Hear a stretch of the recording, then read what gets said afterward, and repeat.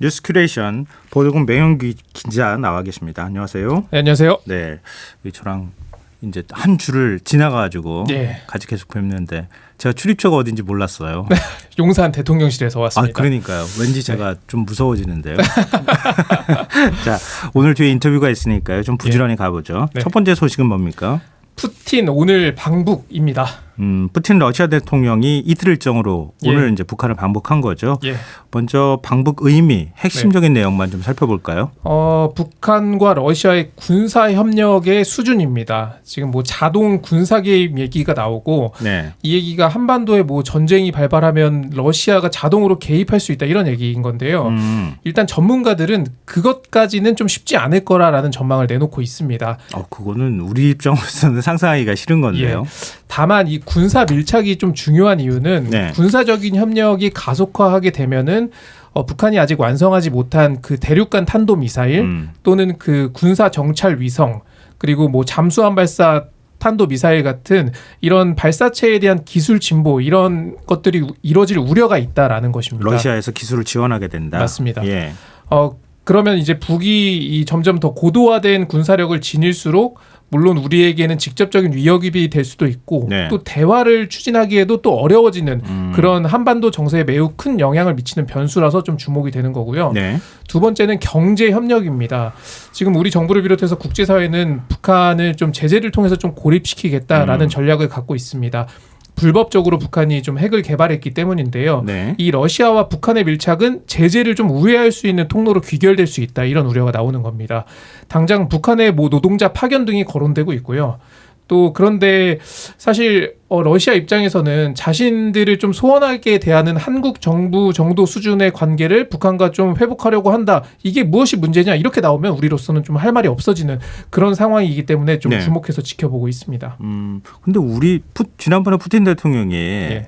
한국 정부에 대해서 우호적인 발언을 했었잖아요. 했었죠. 우크라이나에 무기 직접 지원하지 않은 부분에 대해서 예. 고맙게 생각한다는 식의. 다만 그 관계가 소원해진 부분에 대한 아쉬움을 표현하기도 동시에 했었죠. 그럼 우리하고도 관계 개선의 의지는 여전히 조금은 예. 남아있다 이렇게도 보이니까. 하지만 지금 현재 윤석열 정부의 어떤 외교 정책이 그 러시아나 중국에 대해서는 그렇게 좀 관계 개선을 위해서 적극적인 행보를 하고 있지는 않잖아요. 한미일 밀착이 더 가속화하고 있는 측면이기 때문에 그런 부분에서 좀 우려가 된다라는 얘기가 나오는 거죠. 우리가 국제사회 외교 관리, 외교가 좀 더 적극적으로 이루어져야 될 필요가 있지 않을까 또 싶네요. 그런데 이건 무슨 얘기입니까? 지난번에 북한군이 군사분계선 넘어왔다가 되돌아가는 일이 있었는데요. 오늘 또 비슷한 일이 있었어요? 그렇습니다. 북한군이 군사분계선을 또다시 넘어왔다가 우리 군의 경고 사격을 받고 퇴각하는 일이 있었는데요. 네. 이 행동의 의미는 이 군사분계선 인근에서 북한군의 활동이 계속되고 있다라는 점입니다. 그러니까 지뢰를 매설하고 또 방벽을 쌓는 등의 활동을 하고 있거든요. 네, 그거 방벽 쌓는다 그래서 관심이 많았잖아요. 이거에 대해서 군에서는 이 북한 주민들의 어떤 탈북을 막기 위한 행동이다. 뭐 이렇게 해석을 하고 있는데 그리고 대중차 지뢰 막는 그런 용도도 방벽이다 뭐 이런 설명도 했었잖아요. 그런 설명도 하고 있습니다. 그런데 심지어 북한군에서 이 지뢰를 밟아서 폭발해갖고 사상자까지 발생했는데도 이런 작업을 계속 이어가고 있습니다. 그런데 이 지뢰 매설이 더 위험한 점은 어떤 장마철이나 태풍이 오거나 이런 기상의 이유로 매설된 지뢰가 남측으로 좀 유실될 수가 있거든요.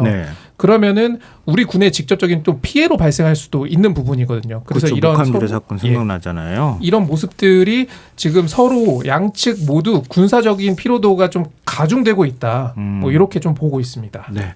자, 다음 소식으로 가볼까요? 아무것도 하지 않으면 아무것도 일어나지 않는다입니다. 이거 많이 들어본 얘기 같은데 혹시 국민의힘 얘기입니까? 그렇습니다. 현재 지금 모든 국회 일정에 국민의힘 여당인 국민의힘이 좀 보이콧을 선언했죠. 네. 오늘은 그런데 국민의힘이 헌법재판소에 권한쟁의 심판을 청구했습니다. 그런데 이러한 움직임도 좀 공허해 보인다라는 지적이 나오고 있는 건데요. 일단 국민의힘 주장은 상임위를 강제 배정하고 상임위원장을 단독으로 선출했다는 것이 무효다라는 주장을 하고 있는 겁니다. 다만 4년 전에 민주당에서 18개 상임위원장 자리를 전부 다 가져갔을 때도 이런 권한쟁의 심판을 청구했었지만 그 당시에는 각하가 됐었거든요. 그래서 이를 두고서 사실 그 원구성은 의회가 자율적으로 좀 하는 것인데 이걸 헌법재판소로 가져가는 게 맞느냐. 이거는 정치력이 없다고 인정하는 거나 다름이 없다 이런 비판이 좀 나오고 있고요. 네. 그 말은 이 나머지 상임이라도 여당 입장에서는 빨리 챙겨서 좀 여당이 할 수 있는 일을 해야 된다 이런 목소리이기도 한 겁니다. 우원식 국회의장이 어제 기자회견을 통해서 네. 11대 7이라고 하는 상임위 배분 존중해야 된다. 네. 그게 국민의 민의에 가깝다. 뭐 네. 이런 식의 얘기를 했었잖아요. 국민의힘이 과연 어떤 선택을 할지 좀 지켜보고요. 민주당은 오는 21일 해병대원 입법 청문회 열기로 했네요. 맞습니다. 오늘 21일로 예정돼 있고요. 거기에 이어서 또 국회 정무위에서는 김건희 여사 청문회도 하겠다라는 의지를 좀 나타내고 있고요.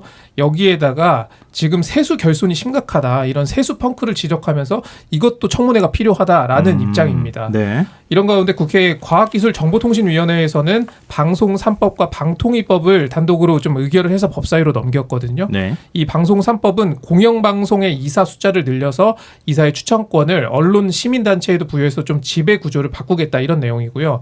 방통위법은 방통위가 2명 체제로 운영되고 있는데 이를 적어도 4명까지는 있어야 운영이 되게끔 하겠다 이런 취지인 겁니다. 근데 이런 활동들을 야당인 더불어민주당이 하고 있는데 네. 국민의힘인 여당이 좀 손을 놓고 있는 거 아니냐 이런 지적들이 나오고 있는 겁니다. 기자시니까 언론계 있으니까 예. 훨씬 더 잘 아실 것 같은데요. 네, 지금 공영방송 이사 늘리겠다고 하는 건 어떤 정권이 집권을 하더라도 권력이 입김에 맞는 사람들을 사장으로 임명하거나 하지 않도록 하게 만들겠다 이런 뜻이기도 하잖아요. 그런 뜻이기도 한데 사실 더불어민주당도 뭐 지난 국회 때, 지난 정부 때 그때는 왜 이 방송 3법을 처리하지 않았나 이런 얘기를 국민의힘에서는 또 지적을 하고 있거든요. 그러니까 이거는 계속 뺑뺑 도는 논란이더라고요. 맞습니다. 보니까. 그때 왜 민주당은 안 했습니까? 예. 그러면은 그랬으니까 심판받았죠. 뭐 이런 식의 논리로 연결되더라고요. 자, 이런 가운데 이준석 개혁신당 대표가 한 발언이 좀 화제가 되고 있어요. 자신의 정치 인생에서 가장 후회되는 부분이 윤석열 대통령의 입당이다. 뭐 이런 취지의 얘기를 했는데요. 이게 뉴스원과의 인터뷰에서 한 겁니다. 윤석열 대통령이 지난 2021년 7월에 국민의힘에 입당을 했거든요. 네. 당시 대표는 이준석 의원이었습니다.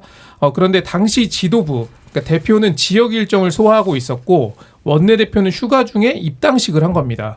그래서 이 의원은 당시를 좀 패싱 입당이다 이렇게 좀 표현을 한 겁니다. 네네. 그때도 굉장히 논란이 많았어요. 네. 그래서 이런 지도부를 패싱하는 모습이 지금의 국민의힘을 만들었다 이런 지적을 하는 건데요. 당시에 그냥 넘어갔는데 제명을 했어야 한다는 후회를 좀 전한 겁니다. 이 의원은 이 당시 보수 진영을 재구성했다면 지금의 여당은 이렇게 어이없는 모습을 보이지 않았을 것이다. 여당이 국회를 보이콧하는 사례는 본 적이 없다. 나라를 잘 되도록 만들 의지가 없다. 이렇게 지적을 한 건데요. 네. 이 발언 속뜻은 여당이 지금 용산 지키기에 매몰됐다는 점을 좀 지적한 것으로 풀이가 됩니다. 이준석 대표가 앞으로 좀 더 적극적으로 발언을 내놓을까요? 한동안 좀 조용했던 것 같은데. 예. 앞으로 뭐 자신은 뭐 윤석열 정부에 대해서는 뭐 가장 큰 피해자다. 윤석열 대통령 그런 용산에서 또 이번 국민의힘 전당대회를 앞두고 어떤 개입하려는 모습이 보이면 적극적인 발언을 하지 않을까 싶습니다. 네, 알겠습니다. 자, 그럼 마지막 소식은요. 네, 의협 총궐기 윤 대통령 불법엔 엄정 대처입니다. 오늘 예정대로 여의도 인근에서 총궐기 대회, 의협의 총궐기 대회가 열렸습니다. 네. 경찰 추산으로는 12,000여 명이 참석했고 주최 측은 약 4만 명이 참석한 것으로 보고 있습니다. 예. 대형 현수막이 걸렸는데요. 의료농단, 교육농단, 필수의료 붕괴된다. 독단적인 갑질 정부, 한국 의료 무너진다 등의 내용이 적혔습니다.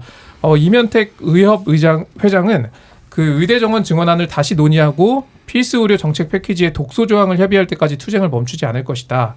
이와 함께 전공의와 의대생에 내려진 행정명령과 처분의 취소를 또 요구를 했습니다. 그리고 네. 이런 요구가 관철되지 않으면 27일부터 다시 전국적으로 무기한 휴진에 들어가겠다는 얘기도 했습니다. 그럼 이게 무기한 휴진이에요. 예. 오늘은 이제 하루 휴진한 거잖아요. 그러면은 27일부터는 계속 쭉 휴진하겠다 네. 이렇게 되는 겁니까? 그런 얘기인 겁니다.